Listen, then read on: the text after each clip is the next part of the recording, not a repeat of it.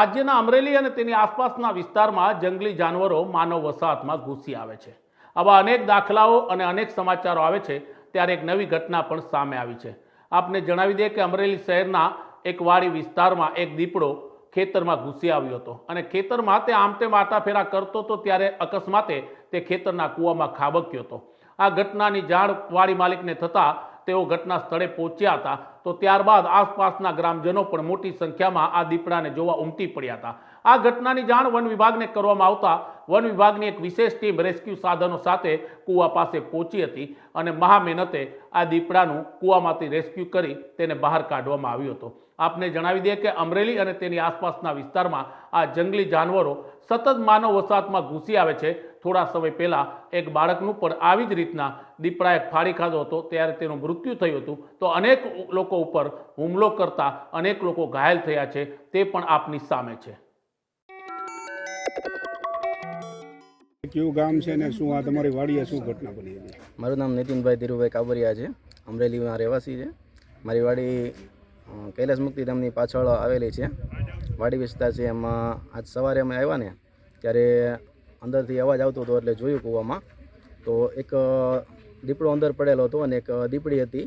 દીપડી તો ભાગી ગઈ હતી તરત અને દીપડો અંદર પડી ગયેલો જોવા મળેલો હતો।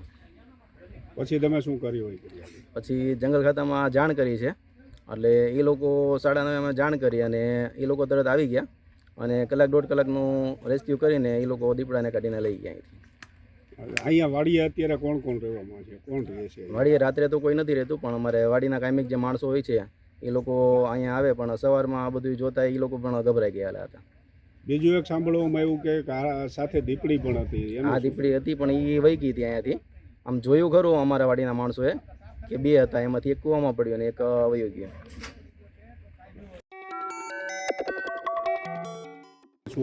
મારું નામ ડૉક્ટર સમીર પંડ્યા છે। હું હાલ લીલિયા રેન્જ ખાતે પશુ ડૉક્ટર તરીકે વાઇલ્ડ લાઇફ વેટનરી ઓફિસર તરીકે ફરજ બજાવું છું।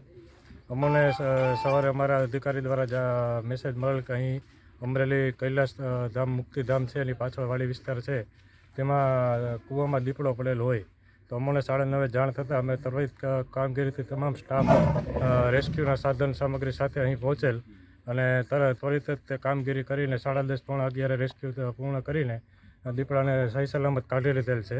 હવે ઉપલી અધિકારીની સૂચના મુજબ તથા વધુ તપાસ અને દીપડાની હેલ્થ ચકાસણી માટે વધુ ક્રાકચ એનિમલ કેર સેન્ટર ખાતે આવેલ હોસ્પિટલ ખાતે અમે તેને ખસેડેલ છીએ।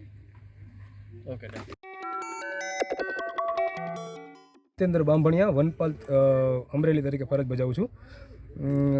अमरेली कैलास मुक्तिधामनी पाछळना भागमां एक वाड़ी विस्तारमांथी कॉल आवता त्यारे दीपड़ो कूवामां पड़ी गયેલો होवाना मेसेज मळता अमो तथा अमारो स्टाफ रेस्क्यू स्टाफ साथे स्थळ पर पहोंची अने आ दीपड़ानुं रेस्क्यू करेल छे।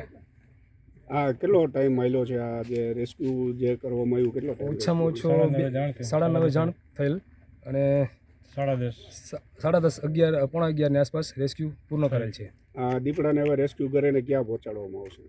આ દીપડાનું રેસ્ક્યુ કર્યા બાદ હવે અમે ઉપલી અધિકારીની સૂચના મુજબ એનિમલ કેર ક્રાકચ ખાતે લઈ જવામાં આવશે।